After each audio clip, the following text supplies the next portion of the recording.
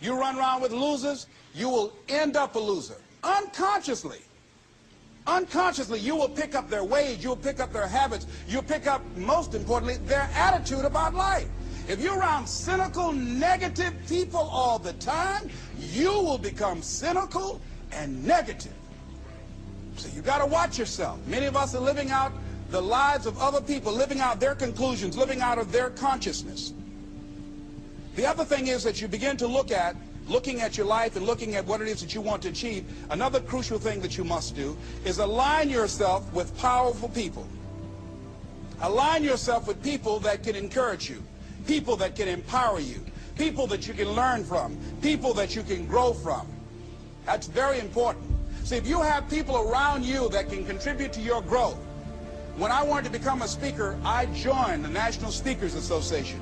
I wanted to be around the Dr. Norman Vincent Peales, the Zig Ziglars, the Dwayne Dyers. I wanted to be around people that were doing what I wanted to do. I wanted to learn from them. And you want to do that too. You want to align yourself with people who think like you, people who dream like you, people who want more out of life, people that are stretching and searching and seeking some higher ground in life, as opposed to the majority of people. Somebody said, always strive to get on top in life because it's the bottom that's overcrowded. And so you don't want to be on the bottom. See, it's easy to be on the bottom. It doesn't take any effort to be a loser. It doesn't take any motivation, any drive in order to stay down there on a low level. But it calls on everything in you, ladies and gentlemen. You have to harness your will to say, I'm going to challenge myself. Sometimes I have to pull myself out of bed and say, come on, Les. Things I know I should do, I don't do. Things I shouldn't do, I do. I found that the biggest enemy you have to deal with is yourself. There's an old African proverb that says, if there's no enemy within, the enemy outside can do us no harm. So think about that.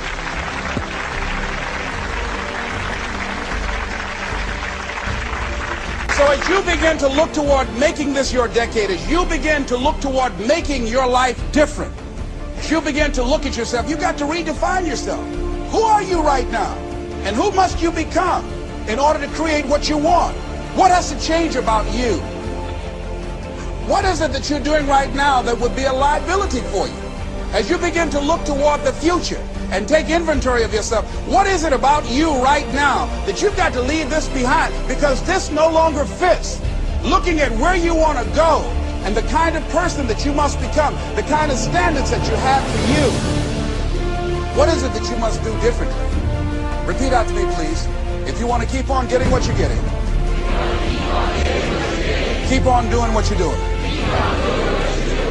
See, that doesn't take an Einstein for that. All right? It makes sense unless you change your pattern, unless you change the way you're thinking, unless you change your behavior, you're going to continue to produce the results in your life. See, all of us are winners, but some of us are producing results that we don't want. And so all you have to do is look at your game plan, look at your strategy. How is it that you have been being? What is it that you've been doing to produce this? So you're the director, you're the producer, you're writing the script, you're the star of your life. And as you begin to look at your life, you can decide whether or not it's a smash or whether or not it's a flop. That's in your hands. Look at your life, look at where you want to go. Don't worry about your circumstances. Don't worry about your age. I have a friend who's up in age, over 70, and she wanted to build a multi-million-dollar complex. The name is Dr. Johnny Coleman. Lenders and bankers say, you can't do that, you're too old. She ignored them. That building now stands, ladies and gentlemen, a multi-million-dollar structure. But there are a lot of people who would have listened to that. There are a lot of people that would not have even gotten to that point. They would have talked themselves out of even going down to the bank to ask for it, because they've already said no to themselves. See, it's time now. If you want to make this your decade, you've got to start saying yes to your life. You've got to start saying yes to your dreams, yes to your unfolding future, yes to your potential, as opposed to saying no. See, 87% of our self-talk is negative. So you've got to make a conscious, deliberate, determined effort to say yes to your dreams. Why not? Why not me? Don't spend time like most people going through life complaining. Don't try and get on talk shows and tell everybody how life has done you wrong. Here's what's happening in the audience. 80% don't care, and 50% glad it's you.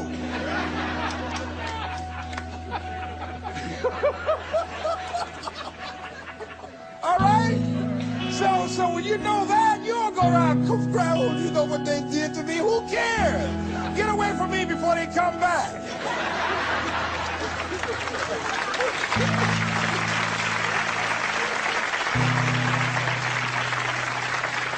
I had a friend of mine that said something that's very important. He said, hey, it doesn't matter what happens to you. The only thing matters, what are you going to do about it?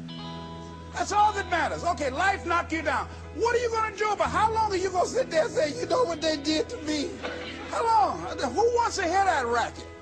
Use that energy to get up from there and move on and get on with your life. You got to learn to let the past go so you can grow. Many people never act on their dreams because they allow their past experiences to determine what their possibilities are. Whatever you've done in the past, that's not a reflection of your possibilities. That's just a reflection of your consciousness. That's just a reflection of your development and your growth. The future is unfolding for you right now. The future is unlimited for you right now. No one knows where you can go. No one knows what you're capable of or what's possible for you. You don't even know that. I had no idea, ladies and gentlemen. No one could have convinced me that I was able to do this. I'll never forget, I was speaking in Detroit, and a high school friend of mine saw me afterwards, and he was backstage. He said, I can't believe it's the same person. And I thought for a moment, and I said, it's not. The person you know, he's gone. He doesn't live here anymore. We have the power to change our personal history, changing the direction of our lives, changing our thoughts, changing where we want to go, exploring new horizons.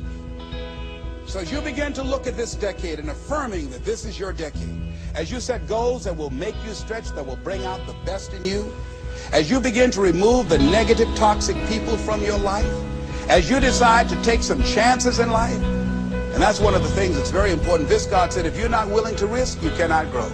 And if you cannot grow, you cannot become your best. And if you cannot become your best, you cannot be happy. And if you can't be happy, then what else is there? I'll never forget when I reached my first major goal of buying my mother that home. I'll never forget what it was like.